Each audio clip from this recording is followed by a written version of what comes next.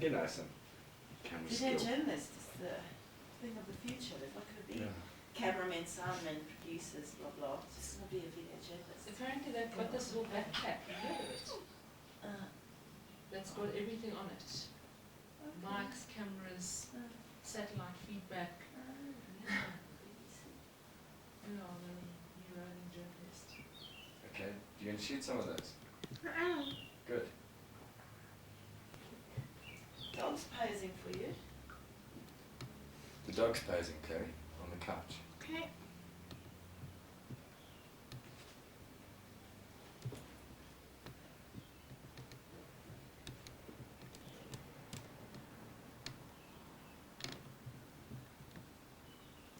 Zebedee. So has everybody got normal eating habits now? Still prefers bones. Chickadee. Hello, boy. Yeah, you're gorgeous. She's up to interview Graeme about Clive and his momentous life, sometimes slightly tragic, but in many ways the way Clive... sorry, I wonder if I could just start from the top again. Cut! Cut! Okay, we are here to interview Graeme about Clive, what he meant to us as a human being, as an artist, and as a friend. Graeme has been associated on and off with Clive from early school days, and basically I'm going to hand over to Graeme and basically maybe some anecdotes about your early time with Clive. Clive, yeah. Crazy guy.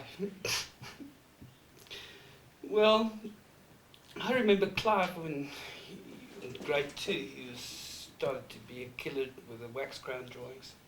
He started drawing wonderful drawings, broke the mould, you see. The teacher kept saying, but it doesn't look like that, he says, but the house feels like that. So he's quite a passionate draftsman. When I remember him, his first exhibition, that was great. His first exhibition, he had it in a big hall, and he had about 20 works, and he invited everyone, and he got the local aunties there to cook sisters, and like sell them on the side. And he sold punch, which is spiked with vodka. It was the cheapest alcohol. And what more do you want to know about? I mean, Clive? that was. Did he sell any paintings? When was his first? When did he first become commercially active as an artist? Well, hypothetically speaking, I don't think he ever became commercially active as an artist.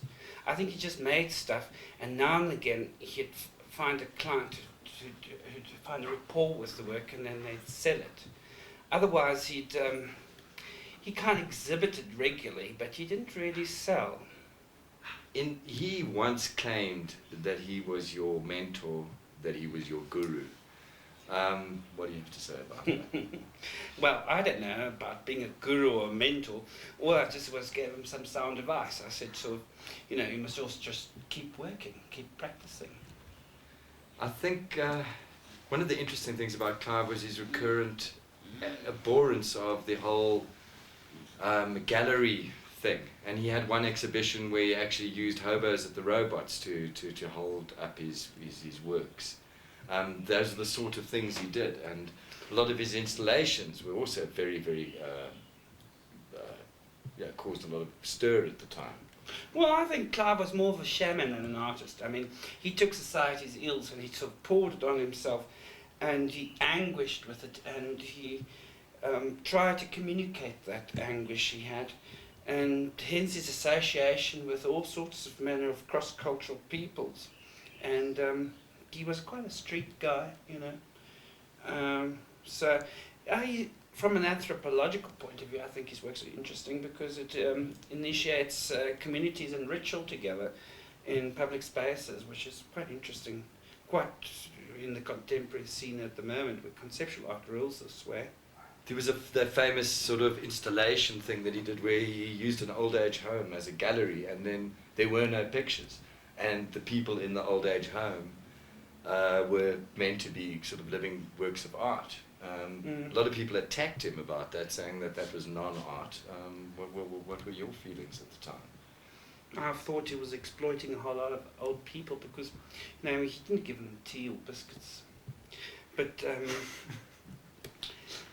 you know, it's an interesting idea, but I think he needed to follow through, either in text or else in how he sold the concept to the public. Because a lot of the time it was done at the last minute, and in the rush of things he forgot to the details to finish. And I think that's the reason why it's largely misunderstood today, because at the time he didn't really communicate what he was on about, and it was quite simple really, but he was looking for highfalutin words to describe it.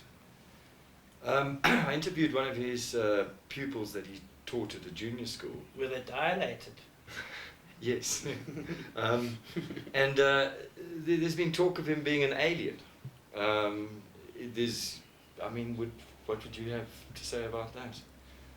Well, I wouldn't put past him. I mean, you never know, you know. I mean, for all reasons, you might be an alien, or Zebedee here might be an alien. We don't know these things, really. An alien in the sense of he was alienated, sure, because a lot of his own anguish and, you know, his expression and his feelings about society and the injustice to common people, you know, that kind of got in the way of things. So his claims to be an alien, I don't think they've ever been scientifically proved, you know. He's never turned green or sort of floated in the air. But in channeling, maybe.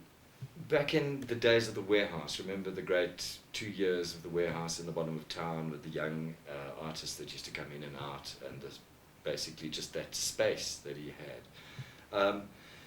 A lot was said about his sexuality. Some people said he was asexual, some people said he was bisexual, other people said he was omnisexual.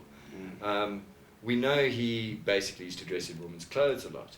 So there's been a lot of talk about him being basically a sex change. But I mean, what were your impressions of Clive's sexuality?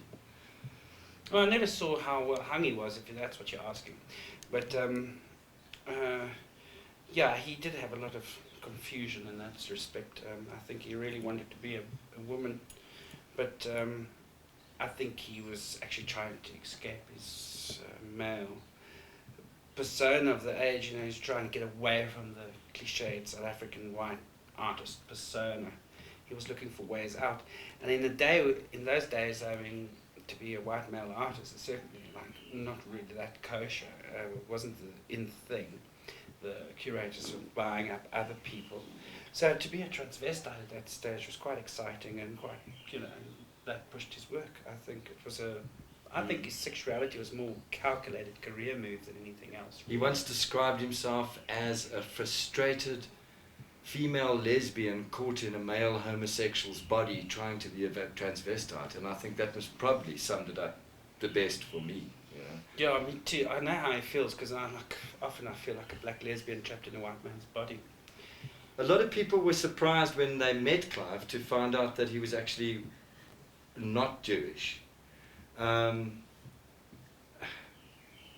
was he? I mean, his parents, they're sort of vague. I know he lived with his mother till he was almost till he died. Have you any insight into where he came from?